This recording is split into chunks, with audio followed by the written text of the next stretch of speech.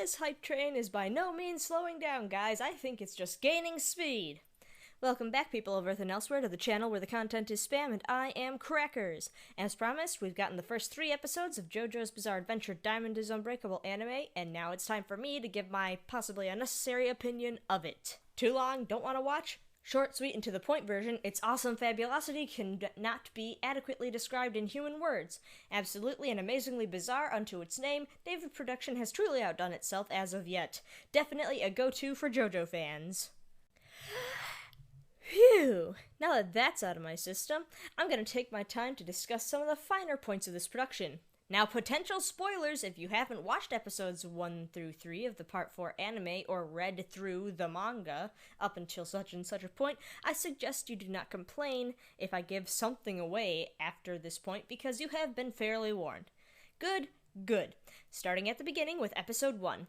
I'll admit I went in with a very skeptical outlook on this. I kind of picked it apart and I have very few complaints, even at just off the bat. I mean, within the first minute of this thing, most of that was completely wiped away because it forked me right between the eyes before the title even rolled around. It looked so happy-go-lucky, and it was so slice-of-life anime, and then the music fades out into static, and it pans down to that poorly censored, detached human hand and the dripping blood, and oh, so that's how they planned to start this thing. Well played, David Production, well played. After that, I knew I'd really have to be on my toes if I was really going to criticize everything, because that was really an amazing and, in a horrific way, a breathtaking way to start. This was going to be good. I could just tell. Truly, my only complaints during the first impressions point was a few visual annoyances I had. People are going to kill me, but I've mentioned before, no, I don't like Koichi's hair, and I shall not recant that statement. But since people are probably, again, sick of me for bringing it up since last year, I will leave that alone because as of his appearance in the show, Koichi is after all still Koichi and has been as true to his manga counterpart as he could possibly get. So in other words, he's still awesome, and I can't wait for more. Initially, I really wasn't liking how the transitions between the scenes went, even though some of them were kind of clever. It was kind of bugging me. And once again, I would like to mention that I personally am going to have to adjust to Star Platinum's new look, but I have been, on a personal level, at odds with it since I first read the manga, so, that's my problem. Admitted, it does look a lot better when it's in motion. Other than that, I would have to say that I give all the characters' new looks in this anime passable reviews, unless something truly bad happens and a character looks so horrifically not like what they're supposed to be in the future. Just looking at this whole thing in motion takes away from any initial bad impressions from the first still images that were released back in November, In any case, I was getting the feeling of David Production going mostly motion comic style with the anime, and I was kind of rubbed the wrong way by how some of the characters were consistently overlaid on top of each other in turn with who was thinking. So I wasn't overly impressed, but small things like a very red crazy diamond showing up in that one fight, and all of the subtle references and cameos of characters to come in the future, that just left me wanting so much more of this thing. So, it was good. So, the Friday after that, I had the hype turned up all the way full throttle. I didn't get around to watching the episode until that night, unfortunately, but it was worth it. We got lucky and we were treated to the new opening title sequence, Crazy Noisy Bizarre Town. I love this opening, and though it kind of steps away from the CGI we've become accustomed to with the last 3 JoJo parts, I have to say that I find it does more than get the job done with what it's supposed to be introducing, and that is JoJo's bizarre slice of life. Kind of. Allow me to bring up my favorite midget once again, because in the opening, he's the only one of the main group of friends who poses without a stand. Spoiler! I can't wait to watch this sequence progressively evolve just like Echo's does. And it just makes me wonder how many different versions of Echoes are going to show up. And because the stand was obviously intentionally left out, because just look at how sad that little part right there is, you know that they left that out on purpose. Because they did that, it has me wondering if anything else will be added as we continue through part 4, because if they're gonna do that, that's not gonna be the only thing. I can think of a few other things, but I will just keep my eyes peeled, because it should be a lot of fun to kind of watch that thing evolve. I've watched animes where they subtly change something in every single episode, and you've actually got to be watching the opening in order to be able to tell what it is. Like I said, that should be fun.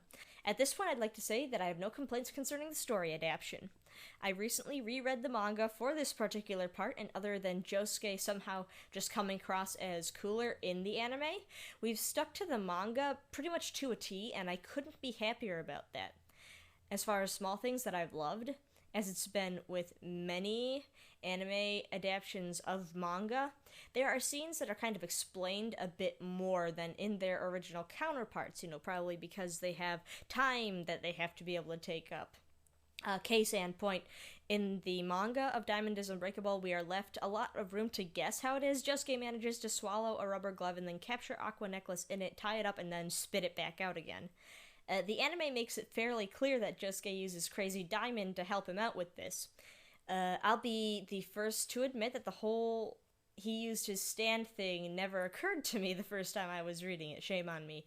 But after remembering that Jotaro used Star Platinum to stop his heart before, I suppose it would make sense that Josuke would be able to do something similar to that. As a whole, the Angelo fight was really quite fun to watch.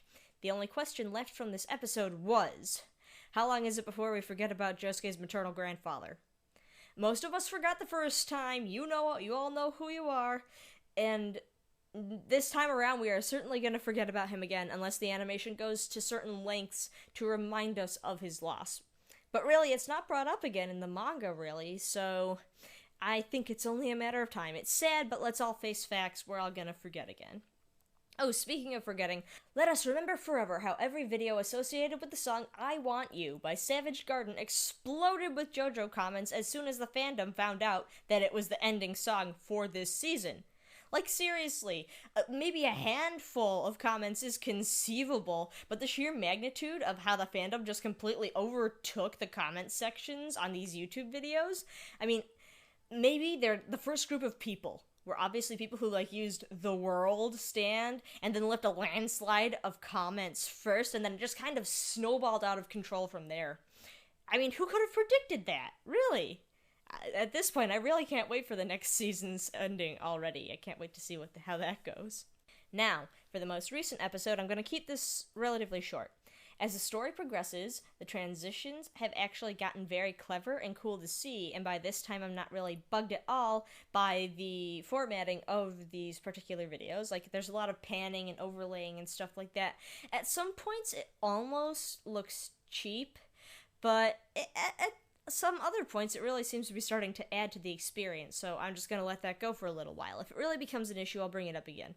And I'd also like to point out that I'm having a wonderful time nitpicking things out of the background. The details are amazing, and I won't really mention them because those would be considered spoilers. All the allusions to future episodes. If you've read the manga, then you would be seeing them. David Production is just teasing the heck out of us to no end.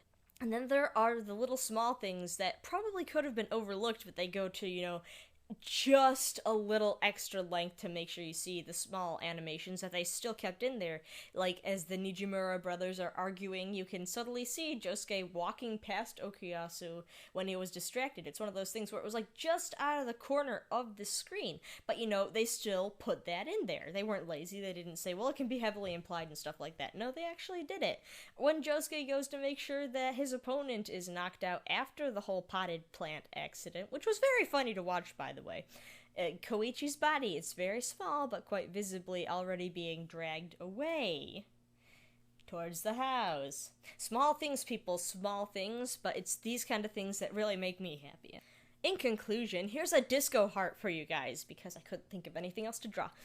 This anime is starting on a serious high note, and I'll be ashamed if I miss anything this anime is going to throw at its fans. I am wholly positive that this thing can only get better, and I can't wait for future escapades for these people called JoJo's. Thanks for sticking through this with me, guys. Be sure to comment what you think of the anime so far, whether or not you agree with me. And I don't know when my next update on this little opinionated series will be. Maybe not until the season end or the season midpoint, but there will be more. I can guarantee that. And before I go, I just have one question for you guys.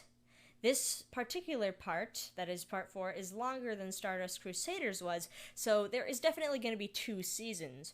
Based off of what we've seen, whether or not it's those little things we've seen in the background, or all those things we see in the ending sequence, or maybe you heard something through the grapevine, maybe.